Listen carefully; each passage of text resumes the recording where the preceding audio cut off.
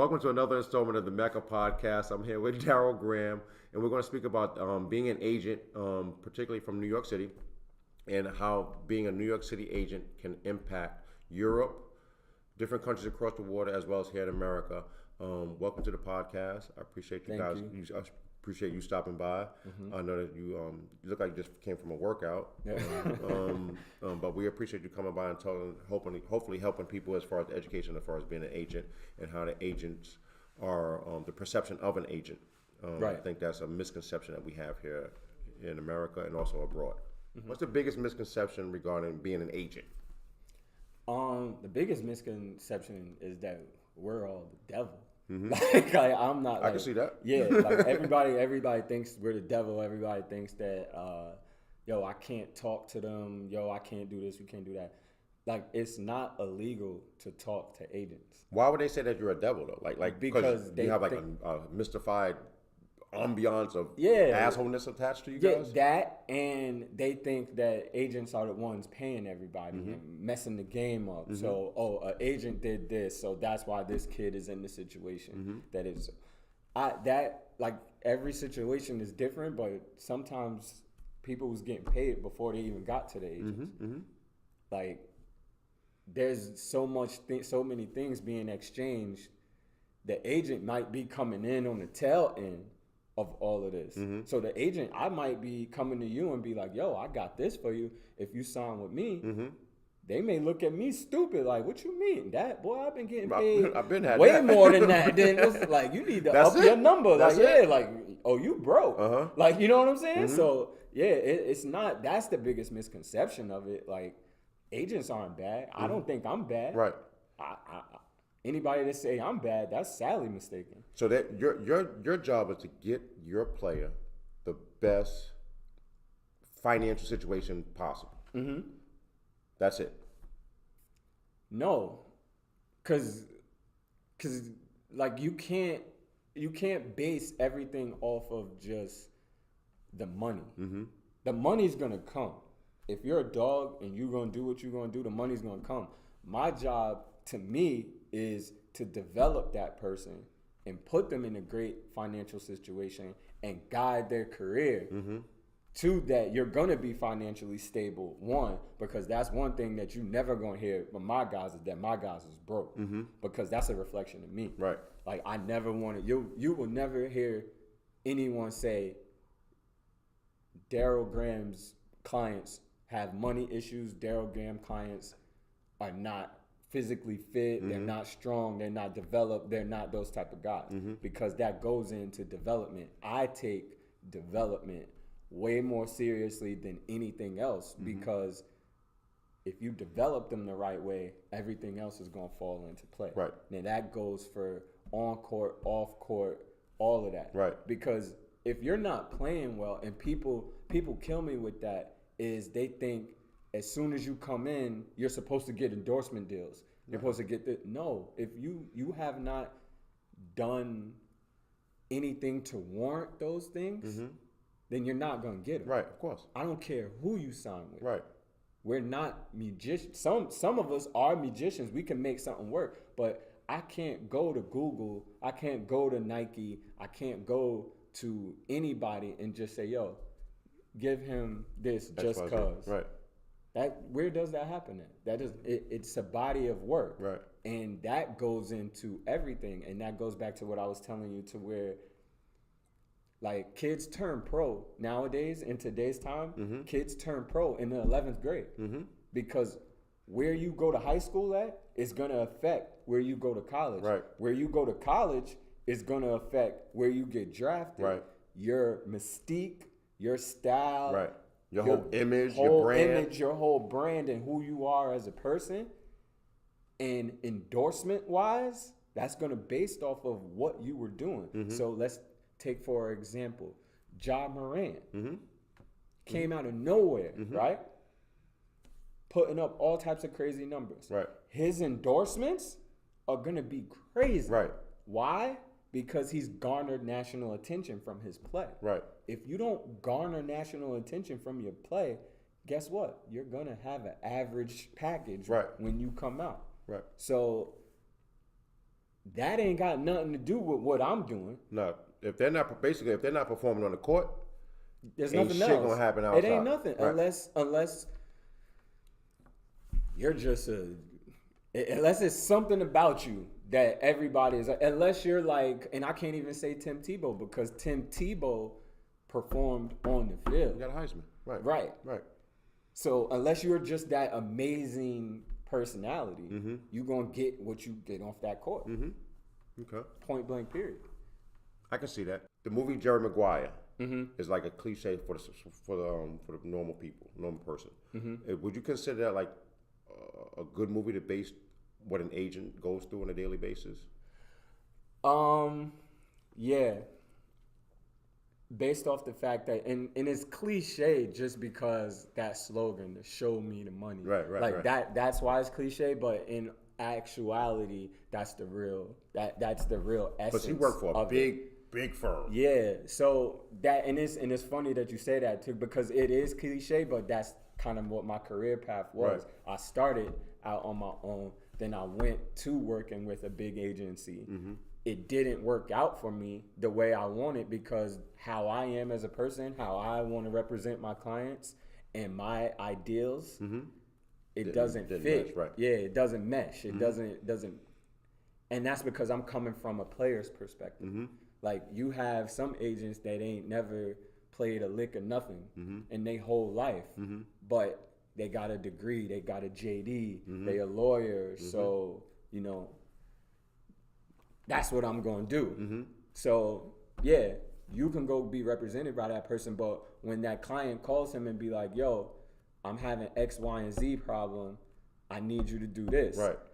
And they don't know how to motivate their player. Right. They don't know. Right. Because they've never been in that situation before. If you've never played for a crazy coach or you've never been in a situation that I'm getting fronted on by my coach. He not playing me. He cutting my minutes. He doing this. He doing that. How you gonna relate? Right. It's just gonna be the you could do better. You could do better. Don't worry about it. Don't worry about it. Play hard. Play hard. Keep going. Yeah. You don't understand. Now it's a gift and curse because sometimes I react a little faster from the players, but like, what the? Because I know, because I see it coming. But also GMs respect me because now I'm a bridge between the team and the player, right? Because I understand both sides, and that's very important. You have to be able to understand both sides and form your own opinion for that. Because a lot of the times you're talking about 40 plus trying to deal with a 20-year-old. Yep. Nowadays, 18-year-olds. Right. That's hard. It's very hard. That's hard as shit. And you're talking about a 40-year-old agent trying to deal with an 18-year-old, trying to understand why he on social media doing what he doing. Right. They don't get it, especially if you don't come from that social economic background that they come from. Right. So, because like you said, there ain't a lot of us in this business. Right. So, yeah, it's different. So it is tough on my day-to-day, but also... Are you a firefighter? Are you putting out fires all day? What? Yes. So you wake up, like you said earlier, all your day. phone, you're just putting out fires. It could be, because you got to think of it. My client list right now, in the big company that I was at, our motto was we're equipped to have a lot of clients because you're talking about the way the company is set up. You have 3 or 4 agents in each company, and I'm just talking about Europe. Right. So in Europe, we got 4 or 5 agents in each company, just depending on how big that market, how big that team is. So I want to say it's 40. It might be 30 to 40 agents in that company right now, right? So with that being said, I'm able to have 20 guys and still service them and still know what's going on in their day-to-day. Because not only do you have me, but you got those guys that's in country. Right. But if I crave special attention, that doesn't do well for me. For instance, let's say if I'm in a high school, I'm a student in a high school, and I have a class of 35. I may get lost in the sauce because I need that, not that I'm slower learner. I just want that attention that I necessarily need at a class of 12. Right. So if I'm that type of person, does a big organization help me or does it hinder me as far as getting the attention that I need? It depends on who you are and what you're doing and how good you are at your craft. Because like I said, so say my client list right now, I have 15 clients, right? I don't necessarily, now me, I'm different. You talk to any of my clients, they talk to me. We talk. We talking about non-basketball stuff. Regular people. Regular everyday stuff. Most agents don't do that. And I pull up on my clients. I make sure I see everybody. So that's why I'm leaving Monday. Right. I'm going back to Europe for a whole nother month. Right. Well, I can't go for a month now, but I'm going back for another 2.5 weeks. So I'm going to see the other half of my client list that I didn't get to see on my first trip. Got it, right. So it can hurt you if you're not producing. But the way that company was set up, somebody's going to pause. Somebody's going to touch you. Right. So somebody's going to be at that game and be like, yo, how you? You all right? Everything good? You need anything? Cool. Out. That's the way the company is set up. And that's service. Not many agents have that. That's why I told you before, that company is really, really good. It's just the motto is different because you are one of 1,000 or whatever the number is. You're one of a lot. Right. So if that doesn't work for you, okay, but that's the way most agencies are set up. Most agencies are set up to justify the budgets for the money that they spend on players. Right. Gotcha. So that's where people get things misconstrued as if, oh, I'm going to go with a big agency and that's going to be the best thing for me. Right. Depends on who you are. So a parent, you go to interview a parent and a family to get a new kid on your roster, right? What kind of questions are being asked from the parent standpoint to find out information regarding your agent and your agency? It depends. Everything depends. Because are you an informed parent? Yeah, I assume that most aren't, because all they see is what's being force fed down their eyes as far as TV is concerned. And what is out there about the company. So you're being force fed by a website. You're being force fed by a text message. That's being owned by the agency. Or a reputation. Right. Because one thing that, and it goes back, so let's take a step back. You said, why are agents the devils? Why are agents perceived to be the devils? One thing that I never understood, and this is from uninformed people, is that most people don't know everybody has an agent. That coach at your school, he has an agent. Yep. That athletic director has an agent. Right. Those assistant coaches have agents. Yep. So the fact that you're being told don't talk to agents is beyond me. Right. How do you think they're getting the information that they're getting? Right. They're calling their agent, or they're calling the NBA and all these other things. So it's never, and we talked about this last time, which is crazy because it's like you want to be as informed as possible of making any type of decision. Right. So where do you think that information is going to come from?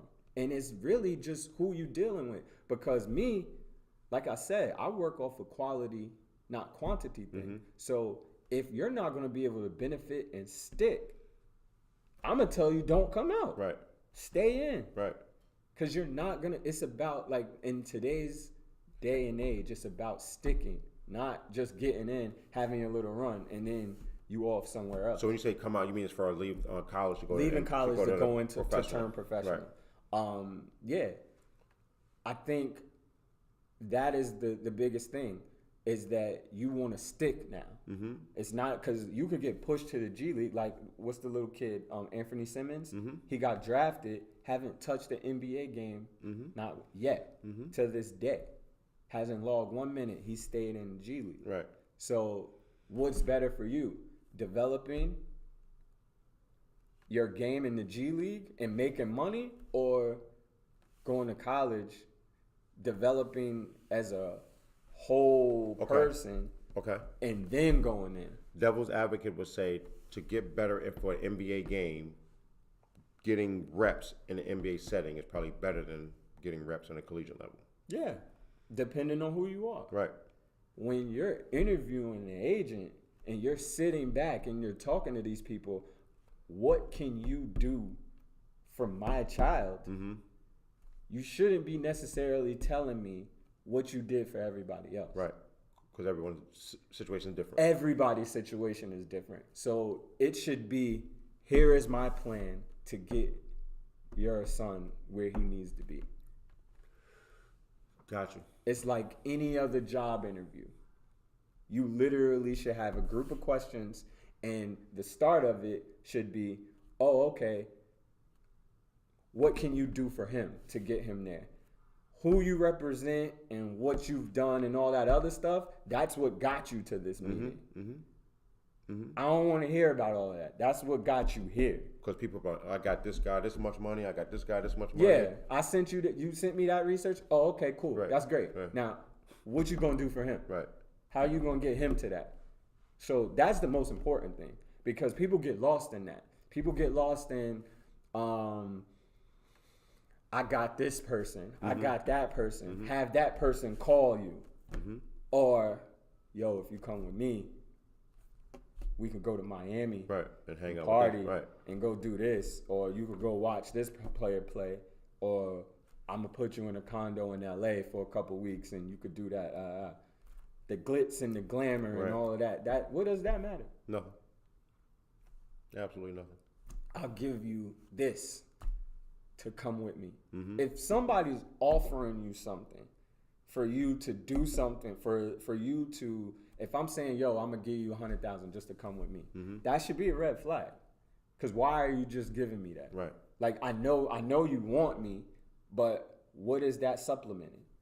It's probably coming out of your own check anyway at some point. Depending on who you're dealing with, depending on who you're dealing with, that money gonna come back. Right. That, like I said, everybody's different. Right. I'm not speaking on nobody the way they do business. Right. But to me, I don't want that, because you're giving me that for a reason. We from New York. We super skeptical of everything. Anything. What's this? What's this? Yeah. What is this for? Yeah. Like, it's cool. Thank you. Right. But why is this Yep. Because this is something that's gonna supplement At some point. something that's lacking. Yep. So that's one thing. As greedy as we are as human beings, you should never be like, yo, nah, I want that bread up front. No, don't take that bread, because you'll be getting that money coming soon. You just got to wait. Like, you waited. That's one thing that kills me about people. You waited all this time. Yeah. You can't wait. Yeah, Shaq said that on NBA TV. He said, you've been broke for 18 years. One more year is not going to hurt you. And it ain't even 1 more year. It's 5 months. Yeah, man. And just depending on who you dealing with, like if you dealing with me, I'm smart. I know you, once you get drafted, you going to want that money. Guess what? I'm going to do something for you that most people ain't going to do.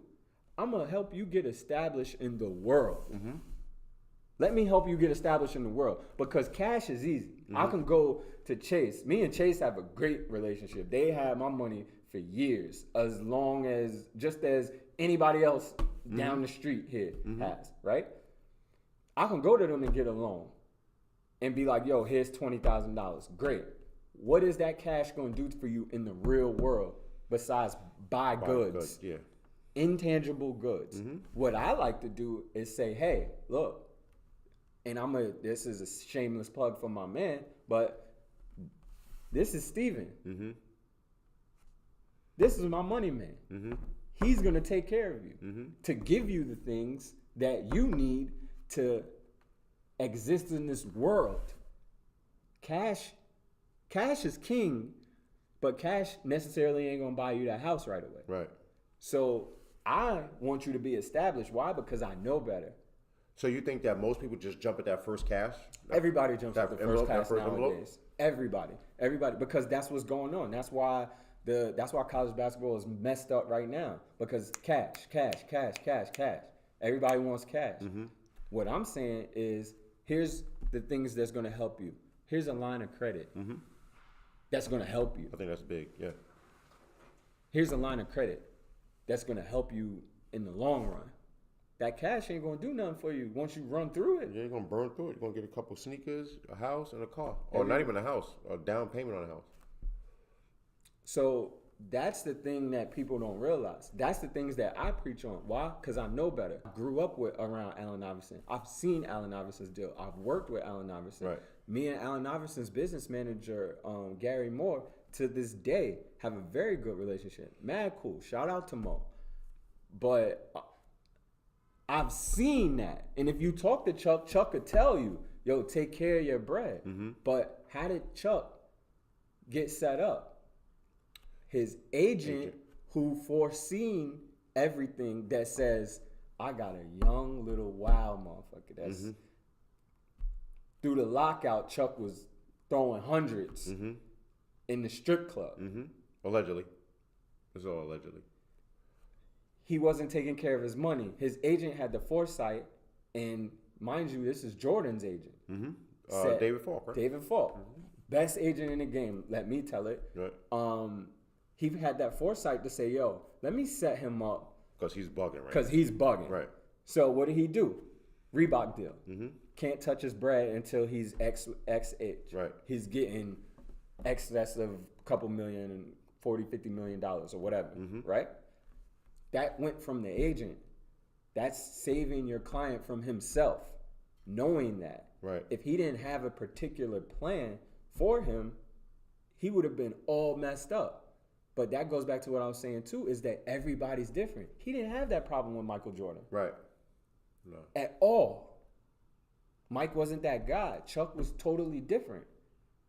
So if your agent isn't having a certain plan for you, that's not the right person for you. What's the point? Right. Okay. I'm an NBA first rounder. Projected first round, and the different mock drafts and all that bull crap that doesn't really hold too much weight. Do I need an agent for basketball purposes? Do I need an agent? Basketball purposes solely. Define basketball purposes. That's going to give me a contract from 1 to 30. Do I need an agent to help me with that?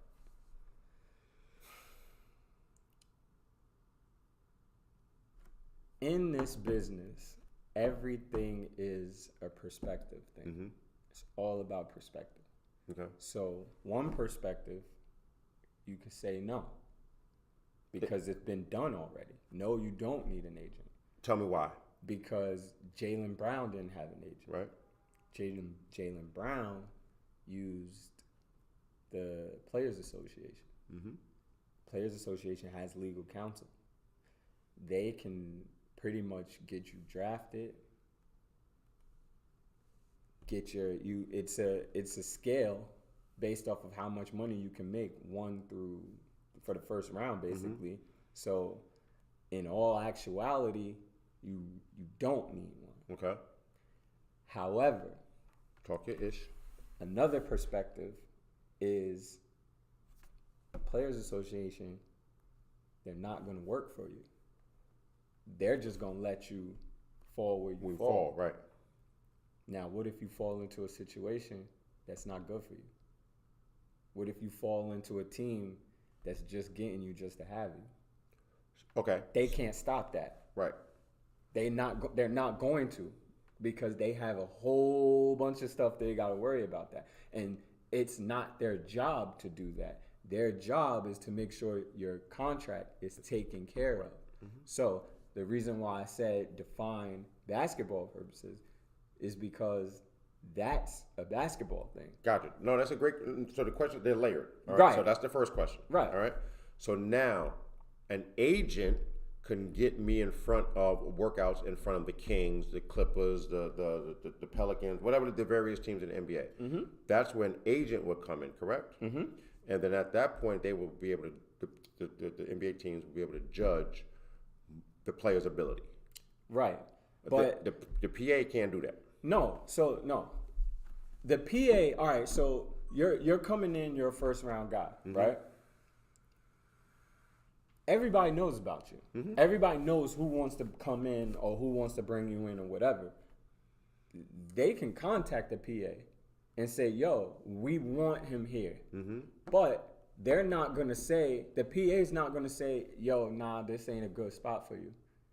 This isn't necessarily the best spot for you playing wise or development wise, or they're not going to use you the way that fits your best attributes. They're not going to give you the skinny.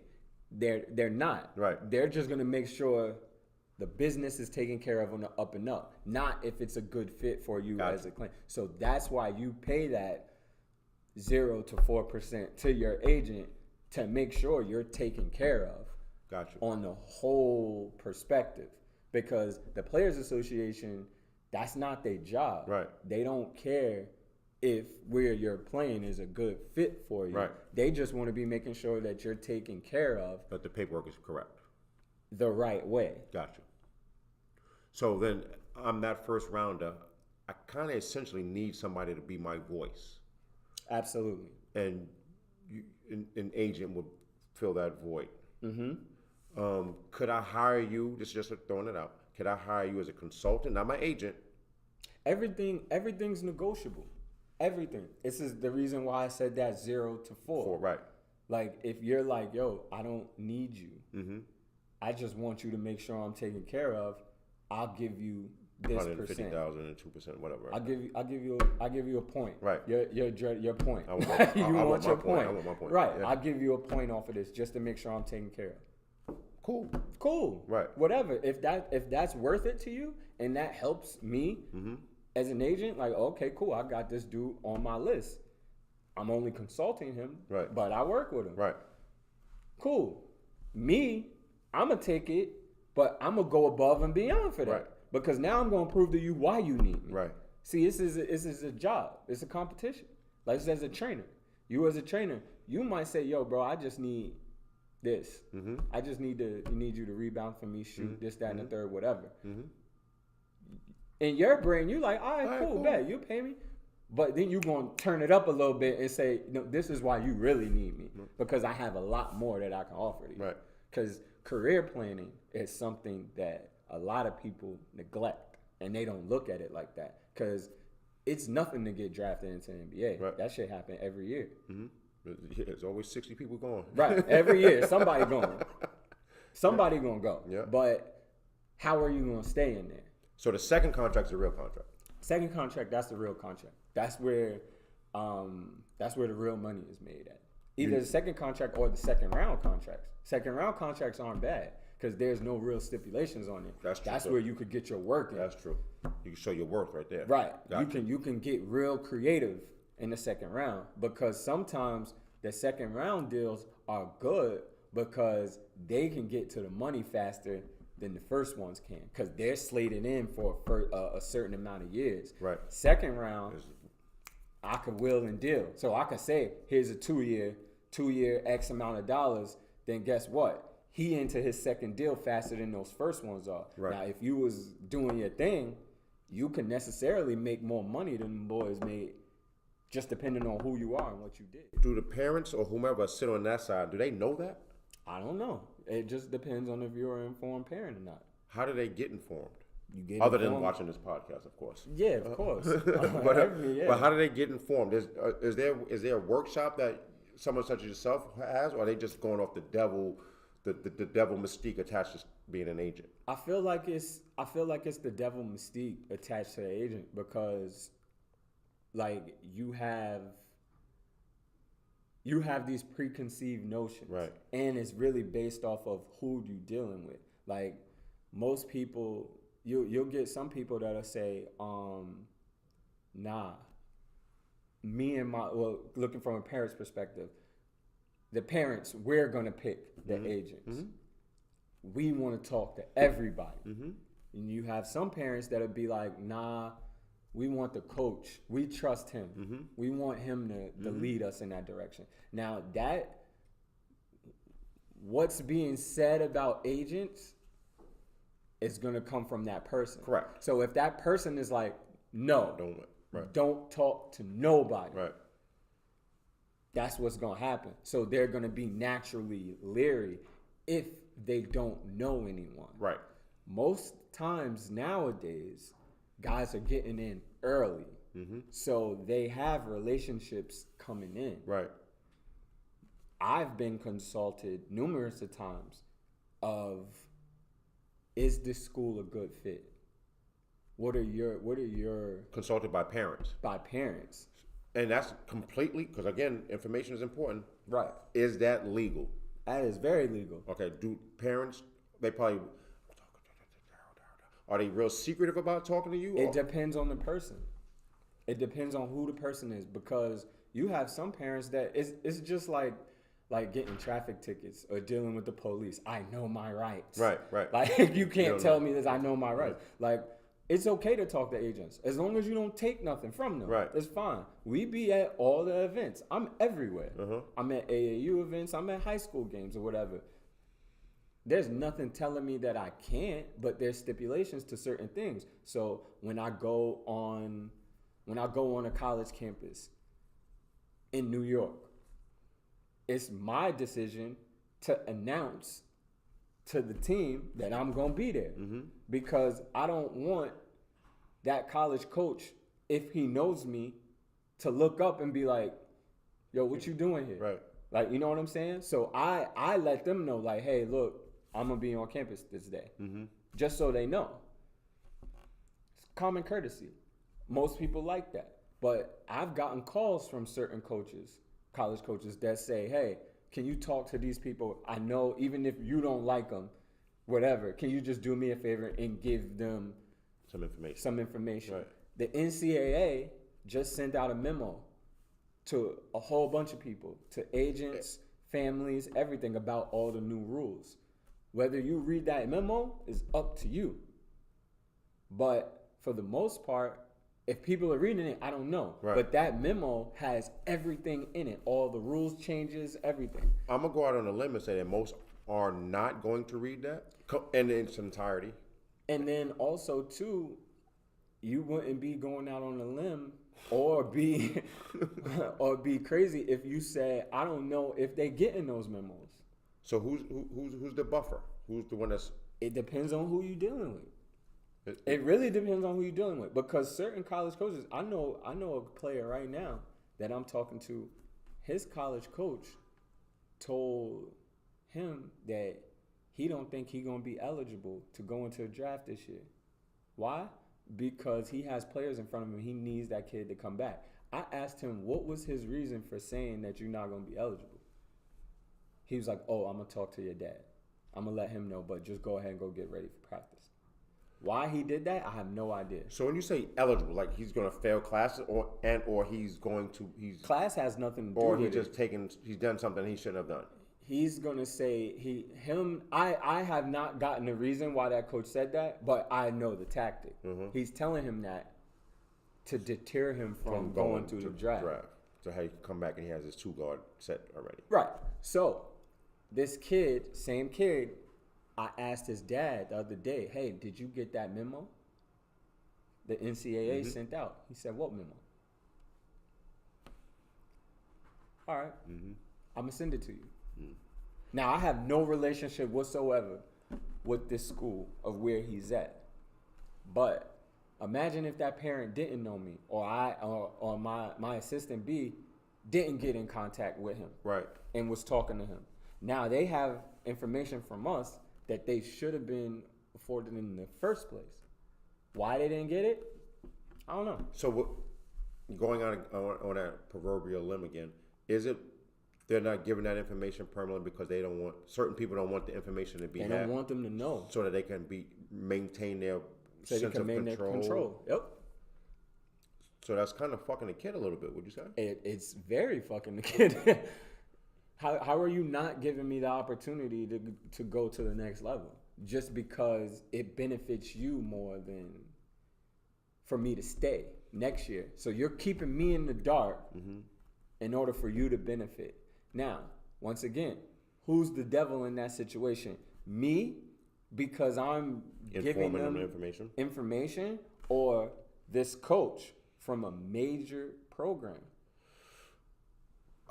Based upon what you presented, I would say the coach, him or herself. Right. As opposed to the agent. But it's already a preconceived notion that I'm the devil. You. Right. See what I'm saying? So it's being informed. So once again, why would you not want to be informed? Why would you not want to have your own relationships? Now, given that every agent is not like me. Right. There's some slime balls out there, I'm sure. It's a lot of slime balls out there. Horrible. In every profession. Right. However, I'm not on it like that. Like, I'm neither thirsty. Like, you can rock with me or you not. Like, this phone gonna keep ringing regardless if you rock with me or not. I always tell people that. I work hard. So I'm gonna make my money regardless. But if you want to mess with somebody that's gonna always tell you to do what's best for you and give you because I'm not gassing nobody. And I'm not lying to you. It's the same way I deal with women. I don't want to lie to you. You know why I'm not lying to you? Because I don't want to keep up with that lie. So I'm not going to lie to you and say, yeah, I'm going to get drafted first round. Don't worry about it. So what happens when you don't get drafted first round? You looking at me like crazy, like, yo, bro, but you told me you was going to get me. Right. Fired. Yo, my bad, bro. I was in that. Yeah.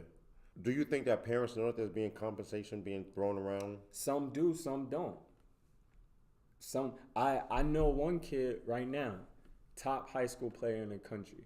Mother has no clue what goes on. Single mom, everything. High school coach does everything. High school coach got upset at me because I was talking to his mom. He said everything goes through me. I said, even hello? Right. Like, you know what I'm saying? Like, we just happen to be in the same spot. He literally at halftime got up and was like, yo, let me holler at you. On the way to the thing and was like, yo, you know the situation goes through me, right? I'm like, what are you talking about? Do you see that? Do you get into fights a lot? Not physical fights. I don't get into fights with nobody, to be honest, because I'm not there for that. Right. Like, I ask a question, because with me, I'm like, yo, who's involved? Right. What's going on? What's the right way to handle this situation? Because I don't want to be that angry black guy. Like, you know what I'm saying? Like, I don't want that stigma. I'm already a black man in this industry that's dominated by older white men. So I don't want no drama with my own people. You know what I'm saying? So I asked them up front, like, who do I need to talk to in this situation to make this happen? Right. Because I'm not saying like I'm just this super good guy that everybody knows, because it's a business. We're all in this business to make money. It's just how you make your money. Right. And me personally, I don't like drama. I don't like unnecessary drama. So if there's a kid that got a runner, and you got to talk to the runner, you got to talk to the coach, and you got to talk to the manager, and you got to talk to that, I don't even want to be dealing with that. And they all got their hands out. Yeah, everybody's like this. Yeah. I don't know what y'all think, but dudes ain't made of money just because you're an agent. Like, just because you're an agent don't mean that you paid like that. Right, so they think that parents. Yeah, they think that you made of money. Like, yeah, we got, the right ones got a little money, right, but I'm not in a rush to give it out. Right. I got my own family to take care of. Like, yo, I got it here. I got it here. It's fine. Right. Like I don't got a mama. Right. Like, I don't got a family. Like, I don't got people in my family I gotta take care of. So you want me to give you everything that I'm making just to deal with you? Not happening. So to break this segment down. Information. Parents, get as much information as possible. You want to be as informed as possible. Know what and who your child is dealing with. And that goes for even as far back as 9th grade, 10th grade, all the way up, right? You need to be involved from day one, because it's getting nastier and nastier. I seen I was on Twitter the other day. I think I sent it to you. No, I think you sent it to me. And it was what, 2026 ranking? What grade is that? I don't even know. like 7 years from now. 2026? Who does that? Like, that doesn't make any sense. Top 2026 recruit. It's like in 4th grade. Yeah, what is that? Like, so as the exposure gets younger, and younger, you need to know what's going on, because you have all of these exposure camps. I know agencies that have people who watch those things to catch them as early as possible. Okay. Like, oh, XYZ team got a kid that's 6'2" in the 6th grade. We need to watch him. Like, there's list of players. This person got a kid that's 6'4" in the 8th grade. All right. So do these people do these people know that when they write these rankings at this young age, that more times than not the kid is not going to pan out to meet the hype that's been attached to him? You asking me that? No. Okay. Those that are writing these rankings, right. Please do yourself a favor and research your first ranking list and ask yourself, where is that kid at now? So basically what I'm asking is, do you guys do your history and find out exactly, do these kids actually pan out? Because chances are at 11, 12, you're really not projecting how well you're going to be at 16, 17, or even 18. Look at that's a Anthony complete Davis. industry. That's an industry. You're right. Like Anthony Look at Davis. Anthony Davis. What was he? 6'3" as a guard or what? 6'1", 6'2". Guard. He got the 12 inches. Whatever happened to him, he grew. Whatever the case might have been. Now he's the number 1 pick. But that's rare. Like we could name C.J. McCullough. All right. We could name these guys. Like just look at. You take those little small instances, but just look at like Paul George. He turned pro and grew like 2-3 inches. You don't know. Giannis Antetokounmpo. You don't know. Question: how does ESPN, Bleacher Report, everybody else who has a scouting ranking and a scouting service and does all these rankings and ranks all of these players and does all of this stuff? How the hell did y'all miss Ja Morant? You want the answer? Yeah. Because they don't know what the hell they're doing. Right. So why the hell are you ranking 4th graders? Because they have. Okay, it's a moneymaker. It's a money. It's a money grab. So let me ask you this: as a parent, why the hell are you looking at that? Like, because they don't know. You don't. It doesn't matter. Your son's ranked in the 4th grade. That means nothing. No, it does. He can be a bum. No. By next year. Parents like that shit. No, they love it because it gets their son or daughter in a position where they can be seen by other people. Like in my 4th grade girl, she's nice. My 5th grade boys. But it doesn't translate to a 9th grade nice, 10th grade nice, 11th grade nice. You're absolutely right. My little nephew right now, he's with the Gauchos right now. He's a dog. Mm-hmm. But I tell his dad all the time, like, yo, he gonna be a midget, bro. Mm-hmm. Mm-hmm. So he needs to be more skilled than everybody. Mm-hmm. Like, yeah, he nice. He could do this, do that. But if he don't grow, he got to be more skilled than everybody. And he needs to be able to do everything. He's the most informed parent ever right now. No disrespect to the program that you mentioned, but will the program allow him to do that? Or will they allow him to keep doing what he's doing? So this is the thing, right? Now being that that's family, he's extended family. The minute he's able to get busy the way that I want to get busy, there's nothing they can say. You know why? Because there's nothing y'all could tell me. Because I'm looking at it from the outside looking in. If you're not allowing him to do what he's going to do, guess what? He could go play for Joe Schmo. Right. Who's going to let him play. Because that's the most important part, is playing. No. The AAU guys don't want... No disrespect to any AAU program, and I respect all you guys are doing a wonderful job, and I think that you guys are an asset to the organizations and whatever the case may be. Right. But their job is to win games now. Their job is not to get Johnny or Joanna better for the next level. That's so true. How many cases have you seen where a kid is dumb nice on a youth level, being a dog, but when he's time for him to go to the scholastic level or secondary level, he struggles because he's just used to playing he doesn't know how to play basketball. Right. Like Mark Cuban said that not too long ago when he said that, right? That's very true. So here's the thing. So they just want to win as opposed to get them better. Right. Well, people misconstrue what AAU is about. AAU is about getting game reps. And playing. Playing against players of the same ilk and ability, you hope. Right. And comparing your medal against their medal. That's it. Period. That's it. Period. That's AAU. Yes. In no way, shape, or form are you gonna. If you get better, it's from the experience. It's not from them coaches making you better. That kills me. You guys are the guys that make players better. Yes. The AAU don't make players better. Correct. Outside of the game. Playing the game. Because that is their job. Their job is to win and play and experience. We know why. It's shit on the line. So anybody that thinks, oh, this is going to help them, it's not. Because like you said, you can go in school and wet the bed. Yep. And it's over. Oh. Now you got to go right back to the drawing board. You ain't going to fix it in AAU. Right. Because the talent is way higher. Should be. Yep. So it's like I said, everything is a perspective thing. Like, what's your perspective on things? So when you're an agent and you're recruiting, you go to these AAU events like you mentioned, are you looking at what that young man or young lady can be projected to become at some point?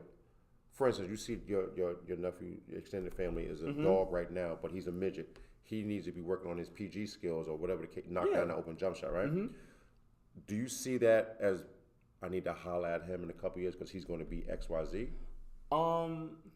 With me, I'm different. So when I go to the EYBL games, I'm just looking just to see who's who and what they doing. Just seeing how they are, seeing how they respond to the environment, see how they're interacting on the court. Just looking at things like that. So that way, when they go to the next level, I can see how they progressed and how they've gotten better, because that's a way how you judge what that kid is going to be as a pro. People differ with like what the NBA is for. I'm one of those guys that I want you to come in and be ready to go. Right.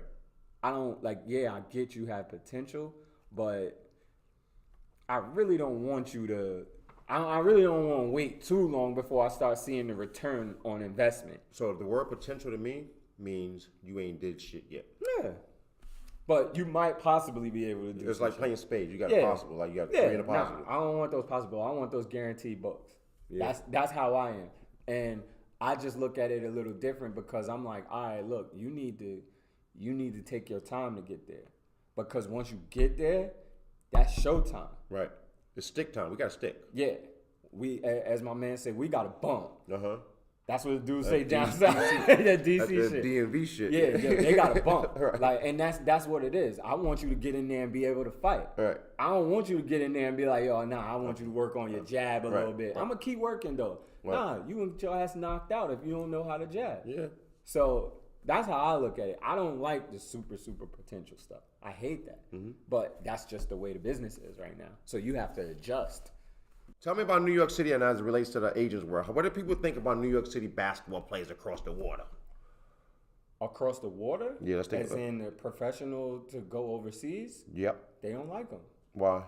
I don't think a lot of people, because for one, I mean, you got certain guys that New York, you have to look at how New York City basketball is perceived on a grand scale. How are we perceived? We don't got the best name right now. Just even in high school basketball, we don't, because we ain't cranking out what used to be. So we always look at who was dominant. Rice. Gone. I think Rice High School was probably the only thing in life that I ever wished I was a part of. Really? That, like, I'd be like, damn, I wish I had that. And you gotta remember where I came from. That's crazy. I came from Amityville. Yep. Like, my class won all of them state championships. Jason Frazier, all them motherfuckers. Like, that was the group that I grew up in. I wasn't there, but I was there for all of it. Tristan Smith, all of them. Like, I grew up with all of them. So, but you look at Rice and you was like, damn, yo, that was just more than... They had a Kobe deal. They had everything, but it was like a brotherhood. Because all them Rice dudes is like this. till this day. Like, they are all Anthony tight. Brown So voice. it was more Right. than what it was. So I wish I always looked at that like, damn, that's dope. Did that contribute to the downfall of New York City as far as its presence in the global scheme? I don't think that it contributed to the downfall. I think that there was nowhere that was developing players that way. Because if you look at the Edgar Sosas, you look at all the other motherfuckers outside of the Kemba Walkers. Where in high school are players going and getting developed and then going out? In New York City? In New York City, nowhere. I can't say it. I say it nowhere. Okay. Ed Isaacson always on Twitter, he always says, shout out to Ed. He always says, why are the guys leaving the city? Why not? Why not? They not getting coached up. We talked about this all the time. What happened with Malloy? Then hang one banner. That's coaching. So somebody got to step their coaching game up and get the shit back to where it needs to be so the players will stay home, because they don't want to stay home because they're not being coached the right way. So if you're a top 25 player out of New York City, are you going to college in New York City? Well, the Metro New York City area. If it's me, yes, because I want to be the man of where I'm from. That's what I want to do. But why that's not happening, it's just not the players. It's these schools.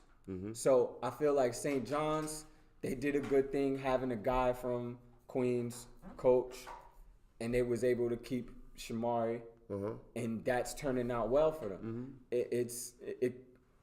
Who? Chris from Brooklyn, but he went to school. Yeah, right. So it's a. I said he was from Queens. Right. Okay. So it's a New York guy. Yeah. He's hella New York though. Right. He's real New York. So if he can't do it, ain't nobody gonna be able to do it. It's a tough sell, but if like you, I want to be the man in New York City. I want to be the man in New York City. So everybody got to step their game up as a whole. So when I say step your game up, the colleges got to step their game up. The high schools got to step their game up. The AAU coaches got to step their game up. So because you got all of these other dudes. So say in Georgia, is plenty of Georgia coaches, high school coaches getting pulled into college jobs. Plenty of high school guys. Why isn't that happening here? One guy in the last 5 years have done it that I know of. Tiny. That's it. One guy. And what happened? He ended up coming back to school. Why? That shouldn't have happened. No way. Now, should it have been Seton Hall? How the hell did he bypass St. John's and everybody else? That's not his fault. Right. That's everybody else's fault. Because in no way does, with his proven track record, forget who everybody thinks he is. Let's judge him off of his track record. Who doing better than him in recruiting anybody in the state? So all of these people, all of these schools who are having issues with getting players and retaining players, what more can he prove? And mind you, I don't really have a great relationship. Like we know each other and that's it. Right. But we're just talking from the New York perspective. Talking from a New York perspective. Right. Who you gonna find better than him? What more can he do on the high school level? When he left there, somebody else should have said, nah, come over here. Right. I always point the finger at Fordham. I can't stand, what are y'all doing? If you're going to take a chance on somebody, take a chance on somebody from here. So that way they can keep our players here. Because if not, then you just going to be ass. Does New York City have the colleges here in New York City have the same problem that Rutgers football has in New Jersey, that they can't retain the Jersey players, and that's why they're not doing that great, and New York City basketball players aren't staying here. And we have schools. We have LIU Brooklyn. We have St. Francis Brooklyn. We have St. John's. We have Hofstra's. We have Manhattan. We have Fordham's. We have all of these schools, and we're not retaining a good portion of New York players. Nah. Well, and like I said, a lot of that stuff goes into the schools. I don't necessarily blame, like, I don't blame kids for leaving. I don't at all. Because if the schools aren't right, then why stay? So when you say Big East, we don't have. I'm old, so I'm Syracuse, UConn, St. John's, Providence, Boston College. yeah, East. right. No disrespect to Butlers, Creightons. Yeah, I get it. They're not bringing me to the Garden anymore. I'm not going to the Garden. It's the schools, so that's what I'm saying. Not like, a knock on those guys. It's just that they don't yeah, have it's the just New that York. it's not that allure right. no more. There's no allure to the situation. So I get it, but that's when I said too, that falls back on the schools. So if the schools is not doing the right thing, you can't expect for the kids to be like, yo, you know what? Nah, I'm gonna stay home. Right. I get it. You got to be a special type of kid. Shamari is that guy. Right. He said, nah, this is my city. I'm gonna do what I want in this city, Right. and I'm staying. Right. I get it. New York City can't be New York City without New York City helping New York City. Basically, that's why we lack, because you can talk about, because first of all, like, our guards is second to none. Like, no matter what, like you put our guards, I don't care who it is, they gonna get busy. Is Shamari and Justin probably the best the best guard combination? Not that they're on the same team, but are they two of the best guards in the country right now? Yeah. It's just that they don't get the notoriety. And Justin, who do you mean by Justin? Foreman. To be clear. Foreman. Former right. Right, Foreman right. The crazy thing about him is that he don't get the notoriety in nothing he does. Okay, so that's new. So again, the promotion behind the New York players is not there as it once was for whatever reason. It's the school. If I'm that school, yeah, I'm pushing this young man as far as I can possibly go to get the next New York stud, right? When you do that? Yeah, because, I mean, even there, you look at the situations, like, who has came out of Hofstra that was big, Speedy, and he gonna kill me.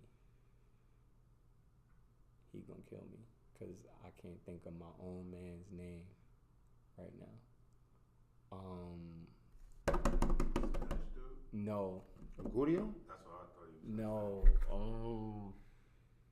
talking about dude with the goggles? Oh, God. It's horrible. And don't edit this out either. Leave the struggle, because this is crazy.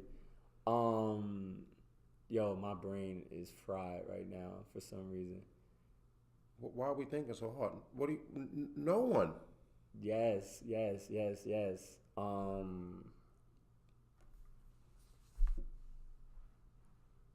many years ago? Charles Jenkins. There you go. That's a good one. My bad, Charles. You know I love you. That's my man too. That's crazy. That's crazy. And his birthday was just yesterday. So shout out to Charles. Yeah, Chuck. Nobody else. You gave me two. And they both New York City guys. Both New York City guys. Chuck went to the league, did all of that. So my thing is, like, now Justin, like, he's killing. New York City guy. So they have three New York City guys that they're probably gonna have on the wall in their building. Speedy, Charles, and Justin. That's it. But you gotta. So if I'm a New York City guard and I want to be in a position where I'm gonna be a god, when I walk into that building, I see my name in lights. When I walk into there, and the camera pans on you when you walk in. This is Charles Jenkins. This is what. Would you not want that feeling all the time? Of course. So we have to do a better job of keeping New York in New York. You agree? We have to, and that starts from the ground up. So all them AAU coaches and all of these high school coaches, I just feel like it starts on the lowest level possible. But if they don't have a familiar face that they're in those positions of quote unquote power, it is. But how do you change that? It starts with the players. The players can change that. Agreed. The coaches can change that. Agreed.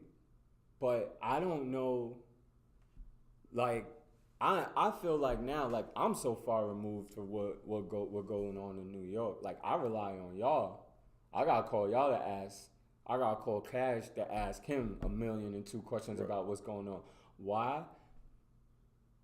Partly because I'm barely here, but it's just not a hotbed no more. So if we was popping, you would know everything that's going on.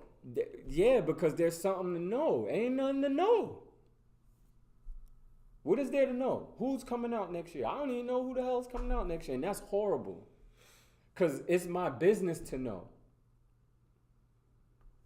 But what is there to know? So we still a Mecca, man.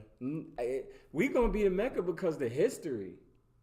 Who else got history than us? Nobody has a better history than us. It's just like in music. Atlanta is hot right now. That's like the sound of where music is going.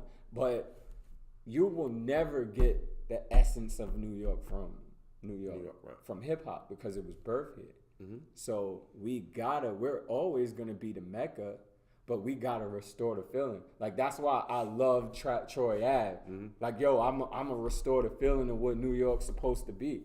We just have to restore the feeling. We have to have that group of kids to do that.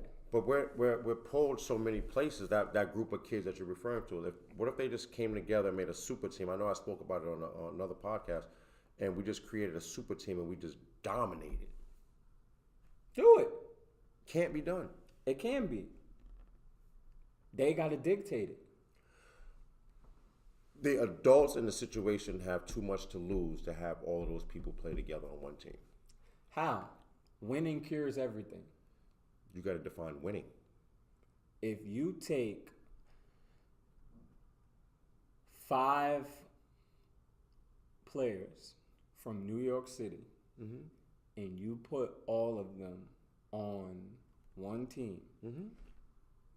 say, who's the big recipient? St. John's. Mm-hmm. And they win. Mm-hmm. If they win the Big East Championship, Mm-hmm. that's a win. Yes. If they go to the Sweet 16, Bigger win. even bigger win. Mm-hmm. They can get kicked out. Mm-hmm. But if they come back and they do it again, Mm-hmm.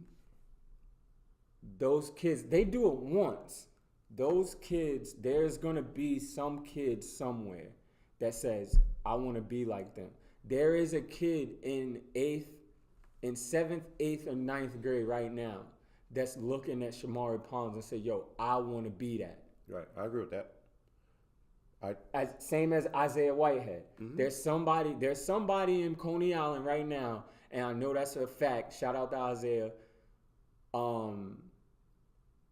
That's looking at him and is like, yo, I want to be him. Agreed. Because Isaiah did, I don't know what more he can do for Brooklyn. The problem will be that 1 through 5, that 5th guy who may be a top-notch player is not getting the shine as the first 4, and whoever sent that 5th guy there is hating on the top 4 and not seeing the bigger picture. So then he or she is gonna pull that kid's coattail and say, "Yo, you need to be doing X, Y, Z, and F the other 4." So you know what that boils down to? What? Coaching. Right, because you got to make him understand. Yo. Yeah, but y'all all win. Look, okay. Coach K's doing it. Kentucky do it every year. Everybody gotta sacrifice. One team, what is drumline? One band, mm-hmm. one sound. Mm-hmm. You gotta have that. So if the coach isn't strong enough to do that, then you shouldn't be coaching. And I don't know many coaches that can have that many egos or whatever. But at the same time, you still need to be able to control all of those players because winning cures everything. How was Kentucky able to push 6 to 8 players in the draft every year? Why? Because they won. So you should not be pulling nobody's coattail because everybody has a role. But everyone has an agenda. Your agenda is to what? Get your player, client in a better position so that he or she can make more money. Okay, right. But guess what? Everybody don't got to score to do that. Yeah, but you're right. You're right. But I don't know if the adults would allow that to happen in New York City. They have a problem then. They have a severe problem. Which causes us to have a severe problem. Yeah, I agree with you totally. I just don't feel like it shouldn't be a problem. Like that should not be a problem. Because when you constructed that team, you need a dog as a defender. You need, like, prime example for all the kids that came out of Jersey last year.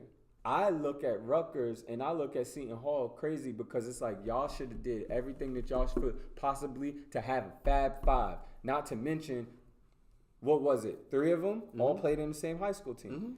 That somebody should have did whatever they had to do to get all 5 of those kids who are all really, really close to one of those state schools. Okay, here.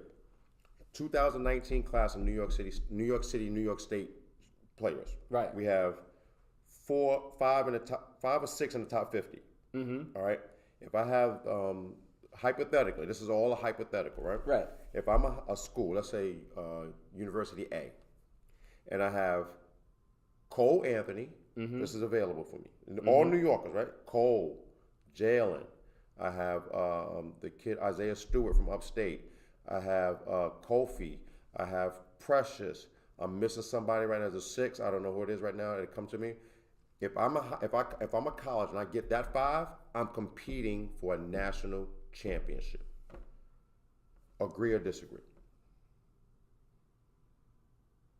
I just gave you the number 1 point guard in the goddamn land, a top 30 kid. I gave you a top 40 kid, 2 top 15 kids.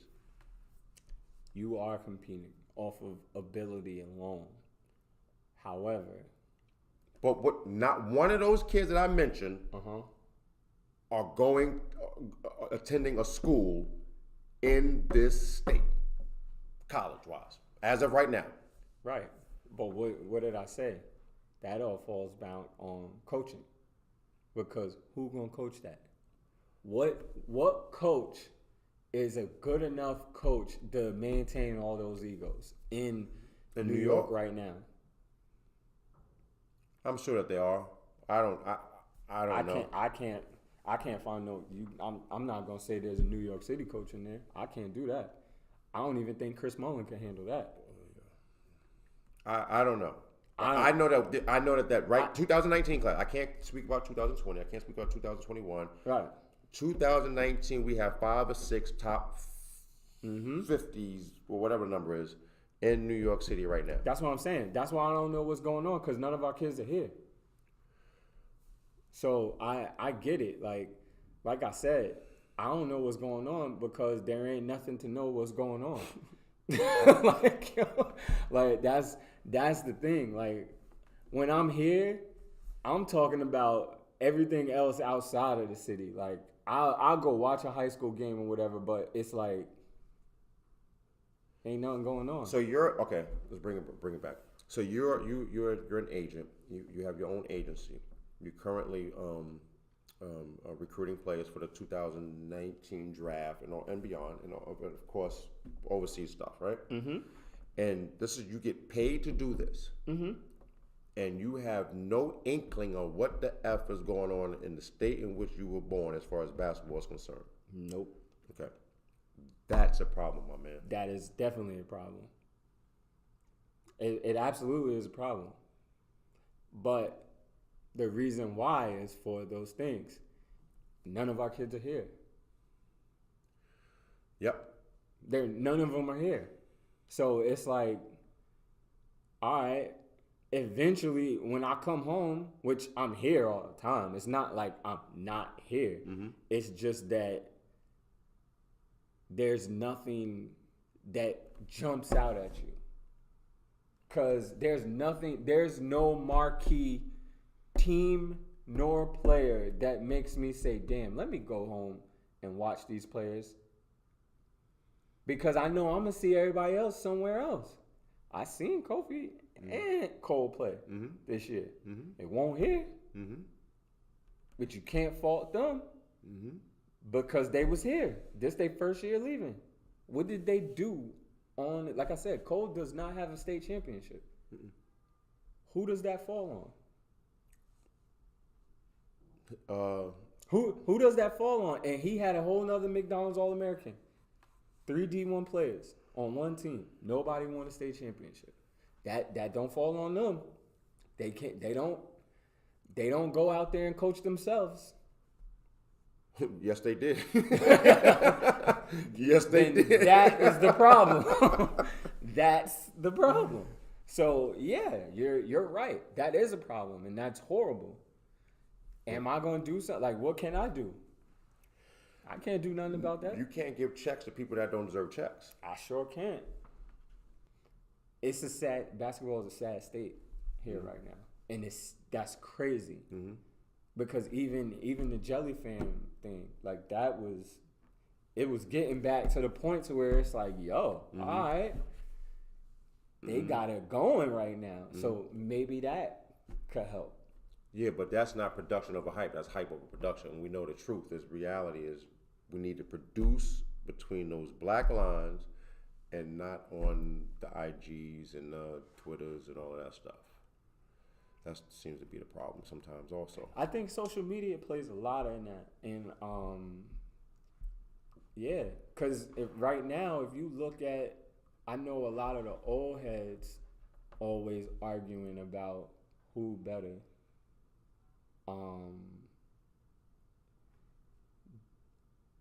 Like, it ain't even, we don't even fight in the region shit no more. Like, you know, you got those old heads like Homicide and AO and all them dudes in Cali. A-Bud and all that, yep. Yeah, like they all used to, you know, battle to go, nah, Philly ain't messing with us. All right, bet, let's do it. And go to their hood, and then they come here and they rock and all of that. I feel like these young kids, they don't even do that. Like when they pull up to games and AAU stuff, it's all love. Yeah, they friendly. The competition is, where's the comp at? Who will get the most likes? That's the new competition. Yeah, I don't like that. Yeah. It's the LeBron effect. I feel like Everybody's a friend. everybody friendly. Yeah. That's why I love Russell Westbrook. I love Russell Westbrook. He's my favorite in the NBA just for off the strength that he gonna compete. You don't give a fuck. He going at your neck every night. And that's the thing. Like, that's what makes basketball great. I like to compete. I want to compete. I want you to compete. So everybody got to compete. And ain't nothing wrong with staying home. Ain't nothing wrong with it. The kids in the South are doing it. Yeah. Anthony Edwards stayed home. The Memphis kids, they staying home. Yep. Penny got the situation. Memphis was like, oh, yo, why not? Okay, St. John's did it. They got a hometown kid or whatever. It needs to be done here. You're right. Well, we're going to wrap up. Another great episode with the MECCA podcast. I want to thank DG for coming through. Appreciate it, my man. Thank you for coming through. Flying straight from the gym. Shorts on Shorts and everything. This is another episode of the MECCA podcast. Again, we spoke about being an agent, information for parents. We also spoke about New York City, obviously, as a whole, and the current status of New York City basketball and how it's looked upon by those across the water. Again, thanks, man. Appreciate it.